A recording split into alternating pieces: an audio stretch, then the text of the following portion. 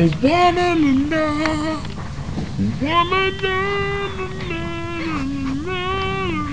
day, James was sitting at his desk thinking to himself, how was today going to turn out, he said, when his friend Alberto decided to walk up.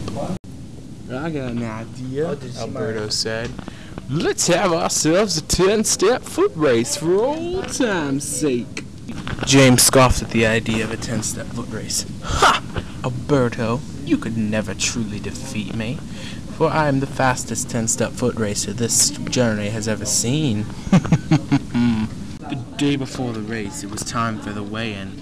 Alberto had weighed in at 8 feet tall, while James had only weighed in at like 5 something, I'm not entirely sure. Anyway, James was perplexed. How could he beat an opponent who was 8 feet tall? His legs would surely beat his. There was only one hope. James would have to call in for backup.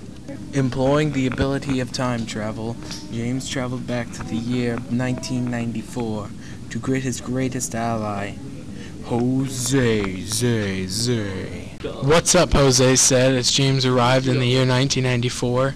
James could obviously tell that Jose was a poser with no real skill of his own. But, that aside, James would need his help, so James took him back with him. James looked Jose straight in the eye and said, Jose, there's only one way to save the future. You have to come with me to the past of the future. Time stream. Let's go! Once again employing his gift to time travel, James teleported himself and Jose into a distant past, an archaic future from which there was no return.